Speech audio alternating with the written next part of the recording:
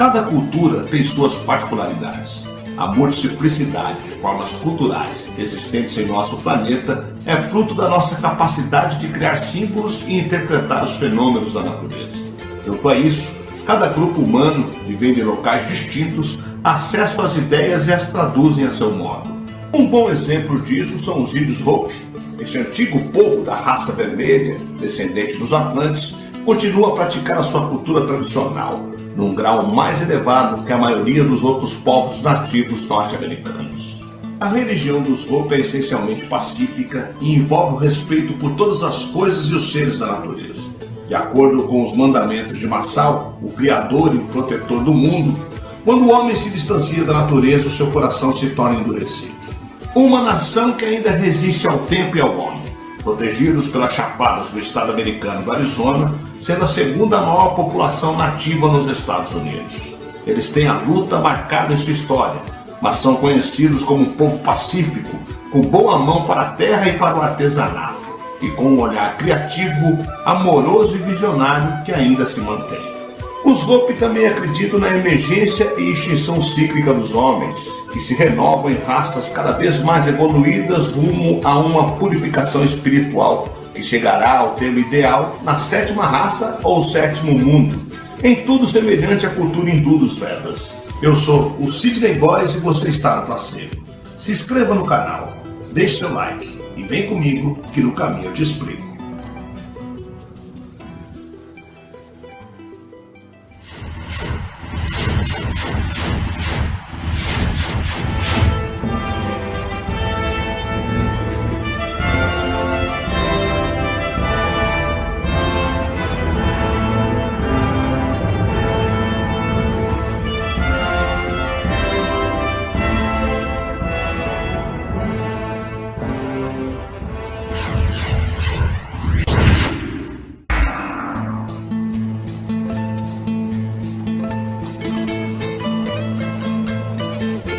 Segundo as tradições dos índios Hopi, a história da humanidade está dividida em períodos a que chamam mundos. São ao todo 7, agora estamos no 4º.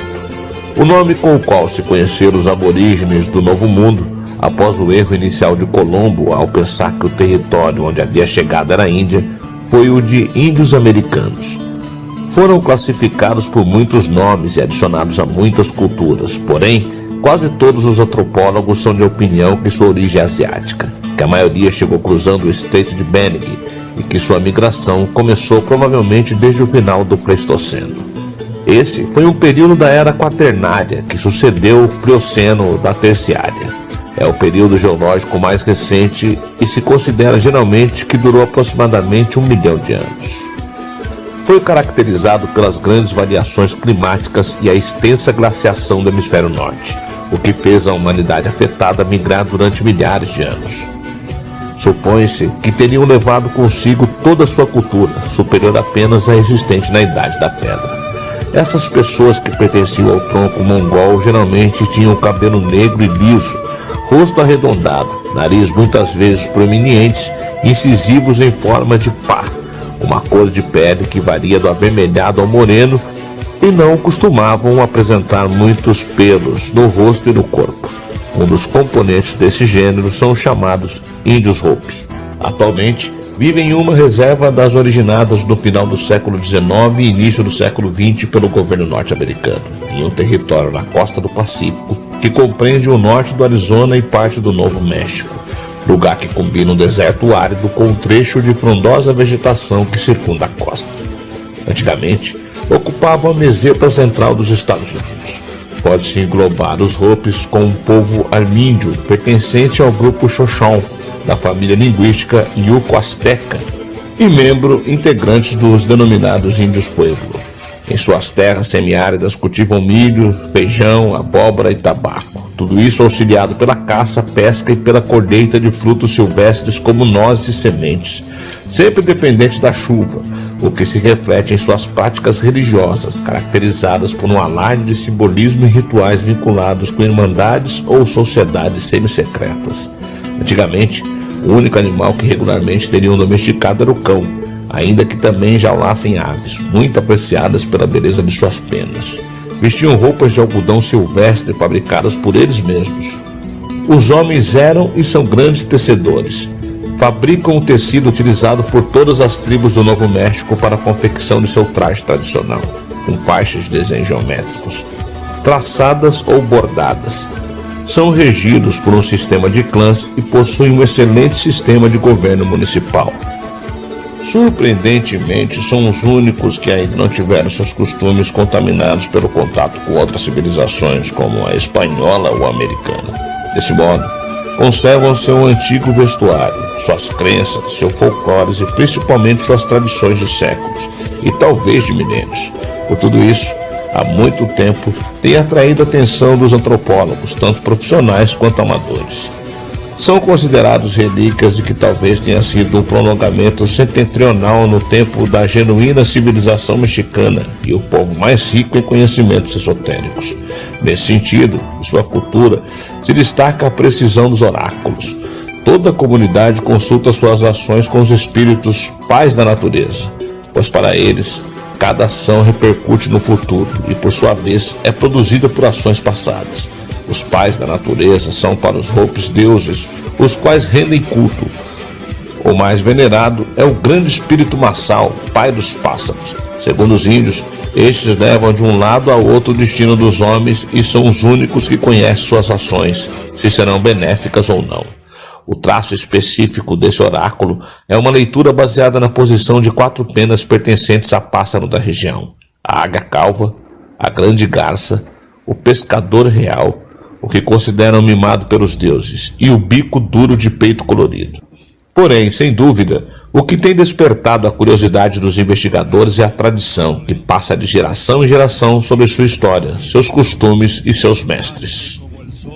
Os Hopi contam que a sua sabedoria lhes foi dada por seres vindos das estrelas, o que ainda representam estátuas de cerâmicas que vendem aos turistas. São os Catinas, cujas cabeças são ocultadas sob um capacete de aparência astronáutica. Dizem que seus conhecimentos e tradições foram adquiridos há milênios em sua terra natal, a que se refere com o nome de Cascara. Estava situada em um afastado território mais ao sul, território que foi vítima de grandes catástrofes, cataclismos naturais e guerras cruentas, em que quase toda a sua raça desapareceu. Era o fim do terceiro mundo. Segundo as tradições dos índios Hopi, a história da humanidade está dividida em períodos que eles chamam de mundos. No total, haverão 7. Atualmente, estamos no 4º. Parece que as transições entre um e outro estão rodeadas de catástrofes espantosas de que somente se salvam os poucos eleitos, que são a semente do mundo seguinte, o germe de uma nova humanidade. As catástrofes que põem fim ao mundo correspondente são depurações do Criador, devido ao fato de que a humanidade deixar de viver em paz e harmonia com o Espírito. Isso foi o que ocorreu com o primeiro mundo, no qual o Espírito Criador citou os seres humanos precisamente para que vivessem essa paz e harmonia. Quando se rompeu, os que estavam dispostos a seguir o caminho sagrado foram enviados ao grande canhão, orientando-os que levassem reserva de alimentos. Os vulcões entraram em erupção e o fogo destruiu tudo. Uma vez recuperada a terra dessa depuração, os homens saíram de seus refúgios e repovoaram, dando origem ao segundo mundo. Porém, com o tempo, voltaram a perder o equilíbrio e deixaram de escutar o espírito. Chegou um novo desastre. Os polos terrestres perderam a proteção e a terra girou livremente. Produziu-se uma mudança nos polos e os vendavais açoitaram a terra. O gelo cobriu grandes extensões de terreno. Novamente voltou-se a repovoar a terra e a humanidade felizmente progrediu. Os avanços de todo tipo foram espetaculares, porém a ciência foi mal utilizada. Em Cascara existia outro povo da mesma origem chamado o País do Leste, que quis dominar tudo, pois se considerava dono absoluto de tudo. Quis fixar fronteiras e quando o País do Oeste se negou, teve início uma cruenta guerra que qual foram empregadas terríveis armas de extermínio. O grande espírito presenciou os acontecimentos com pesar, até que ordenou que os oceanos transbordassem. Caíram grandes chuvas do céu. Tudo foi inundado. A memória dos índios Hopi remonta a essa etapa e a esse mundo chamado Cascara. Dizem que formava um imenso continente situado no Oceano Pacífico. Então apareceram os Catinas, que em sua língua significa veneráveis sábios, mestres. Vieram das estrelas a bordo de escudos voadores, que, segundo explica os Hopes, têm forma de lentes. Ajudaram-nos na batalha. Tinham um sistema para rechaçar as armas dos inimigos, escapar do desastre, transportando alguns deles em seus escudos, os encarregados de explorar os novos territórios, e a grande maioria foi a bordo de barcas percorrendo um longo trecho até o Nordeste. Recordam em suas tradições as penosas travessias de uma densa selva, o fato de se terem deparado com uma grande parede de gelo que os fez retroceder e finalmente chegaram aos férteis terrenos, muito mais ao norte, onde todos se reuniram. Os Catinas lhe ensinaram a cultivar a terra, a observar os céus, a aplicar as leis e muitas coisas mais. Conseguiram que quase todo o seu povo fosse salvo. Para alguns foi solicitado que viajasse até o leste, e esse povo foi dominado o verdadeiro irmão branco. Os que ficaram no oeste formaram os primeiros Hopi. A nova terra dos Hopis recebeu o nome de Tautomala, tocada pelo raio, e também chamaram assim a primeira cidade que erigiram às margens de um grande lago. Essa cidade foi identificada por alguns como Tiahuanaco, com que o lago seria Titicaca, na fronteira do Peru com a Bolívia. Posteriormente, um cataclismo sacudiu a cidade, destruindo-a, e a população se dispersou pelo continente, formando distintos clãs. Alguns iam em companhia dos Catinas, que às vezes os ajudavam. Construíram uma cidade que chamaram a Cidade Vermelha. Muitos pensam que poderia ter sido Palenque, no Yucatán mexicano. Ali estabeleceram uma escola de aprendizagem, provavelmente iniciática, cuja influência ainda pode ser comprovada entre os Hopis. Os mestres foram possivelmente os Catinas, e os ensinamentos correspondiam à história dos clãs, a natureza, as plantas, os animais, o homem e suas funções físicas e psíquicas, e finalmente o cosmos e sua relação com o Criador. Houve período de numerosos confrontos entre as cidades de Yucatán, e os Hopis empreenderam novamente sua migração para o norte. Nesses tempos, os Catinas abandonaram a terra. Em seus escudos, suas grandes aves voadoras regressaram às estrelas, com a firme promessa de retornar. Os Hopis mantêm viva essas tradições de seus ancestrais e sustentam que, quando for necessário, seus mestres voltarão para resgatá-los de um quarto desastre.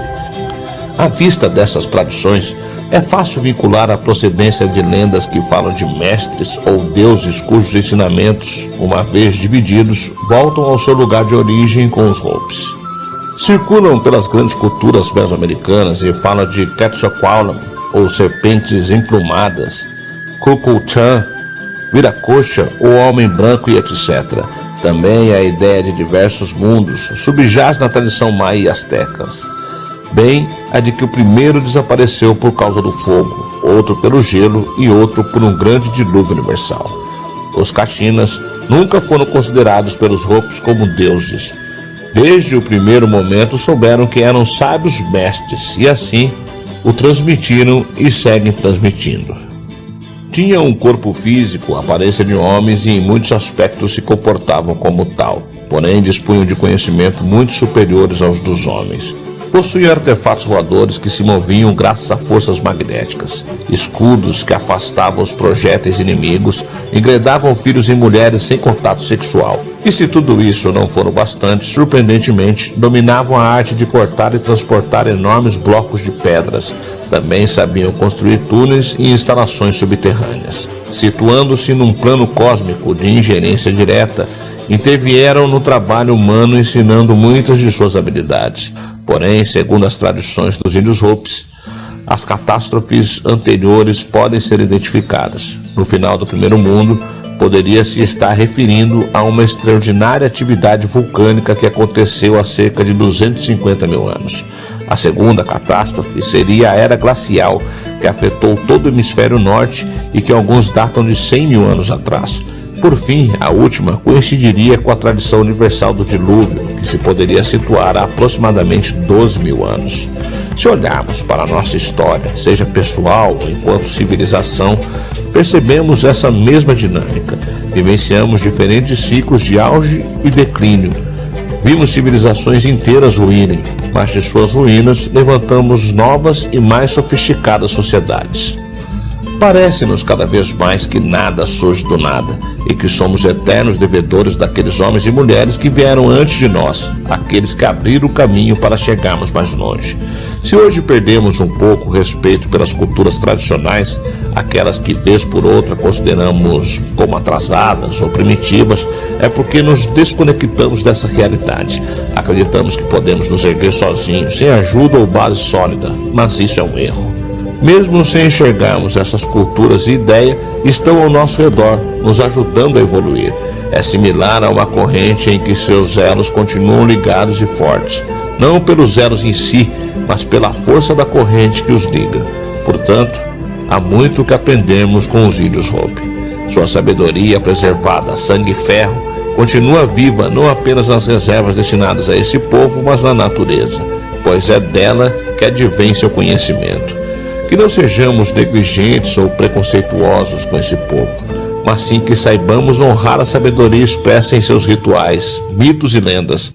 Se assim o fizermos, estaremos sempre conectados com todas as culturas do mundo, pois seremos apenas uma só humanidade. Como se pode ver, as tradições Hopi têm sua lógica.